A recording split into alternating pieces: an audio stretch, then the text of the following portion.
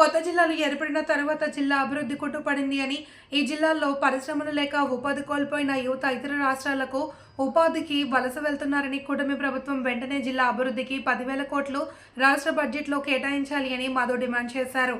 శుక్రవారం స్థానిక సిపిఐ కార్యాలయంలో జరిగిన విలేకరుల సమావేశంలో మధు మాట్లాడుతూ 3 నెలల క్రితం సిపిఐ జిల్లా కమిటీ తూర్పుగోదావరి జిల్లా అభివృద్ధికి నిధులు కేటాయించాలి అని జిల్లా మంత్రి, ఆర్థిక శాఖ మంత్రి, ఎమ్మెల్యేలకు ఉత్తరాలు రాయడం జరిగిందన్నారు. ఈ బడ్జెట్లో కూడా నిధులు కేటాయిస్తారని ఆశిస్తున్నామని అన్నారు. గోదావరి నదీ తీరంలో ఉన్న రాజమండ్రిని టూరిజం హబ్గా అభివృద్ధి చేయాలి అని, ఇక్కడ అన్ని అవకాశాలు ఉన్నాయని చెప్పారు.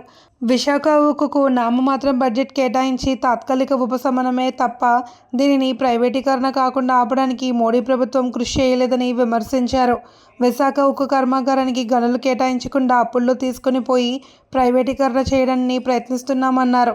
మార్చి 14న వామపక్ష పార్టీలతో కలిసి విశాఖ ఉక్కు కర్మాగార ప్రైవేటీకరణకు నిరసనగా ఆందోళన చేస్తామన్నారు.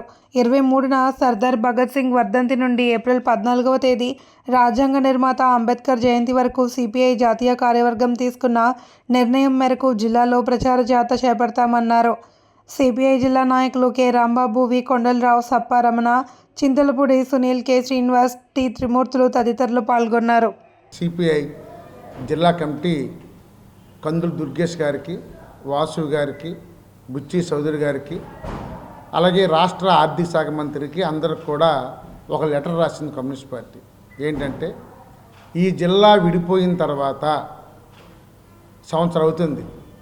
కాకినాడ, కోనసీమ, ఈస్ట్ గోదావరి ఇప్పటికీ అద్దె అంటే ఎవరో బిల్డింగ్లో జిల్లా పరిపాలన యంత్రాంగం ఉంటుంది. ఇంకా సొంత భవనాలు ఇంకా కట్టుకోలేదు. అదేవిధంగా జిల్లా అభివృద్ధి కూడా నిధులు లేని పరిస్థితి ఉంది. అందుకని ఈ రాష్ట్ర బడ్జెట్లో 10,000 కోట్ల రూపాయలు తూర్పుగోదావరి జిల్లా సమగ్ర అభివృద్ధికి కేటాయించాలని నేను లెటర్ కూడా రాయడం జరిగింది. ఈ బడ్జెట్లో మరి జిల్లాల వారు ఏం చూస్తారో చూడాలి. ఈ గోదావరి జిల్లాలో రాజమండ్రి వేదికగా పరిశ్రమలు స్థాపించాలని కోరుతున్నాం. ఎందుకంటే మన నీరుని, గోదావరి నీరుని విశాఖపట్నంకి వేరే ప్రాంతం తీసుకెళ్తున్నారు. అందుకే అలాగంటే మరి అక్కడ ఇండస్ట్రీస్ కోసం ఇక్కడ ఇండస్ట్రీస్ పెట్టి మా నీరు మాకు వాడుకునే విధంగా రావాలని కోరుతున్నాం. అదేవిధంగా విశాఖ స్టీల్ ప్లాంట్ దానికోసం, విశాఖ ఉక్కు పరిశ్రమ కోసం ఒక నామమాత్ర బడ్జెట్ మాత్రమే పెట్టారు.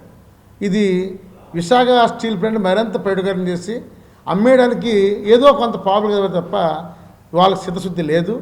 దీని మీద ఈ మార్చి 14వ తేదీ వామపక్షాలు సిపిఐ, సిపిఎం, ఇతర వామపక్షాలు కలుపుకొని రాష్ట్ర వ్యాప్తంగా ఉద్యమం చేస్తున్నాం. ఆ ఉద్యమంలో భాగంగా ఇక్కడ కూడా పెద్ద ఎత్తున ఉద్యమం చేస్తున్న సందర్భం తెలియజేస్తున్నాం.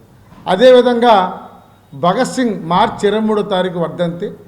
ఆయన సందర్భంగా అప్పటి నుంచి జాథా ప్రారంభించి డాక్టర్ బిఆర్ అంబేద్కర్ రాజ్యాంగ నిర్మాత ఏప్రిల్ 14 జయంతి అప్పటి వరకు ఈ నెల రోజుల పాటు కూడా ఒక ప్రసార ఆందోళన, బీజేపీ అనుసరిస్తున్న రైతు కార్మిక వ్యతిరేక విధానాల వల్ల దీనికి నిరసనగా గ్రామాన ప్రత్యేకంగా బస్సు వేసుకుని ఒక ప్రసార జాథా కూడా మేము నిర్వహిస్తున్నాం.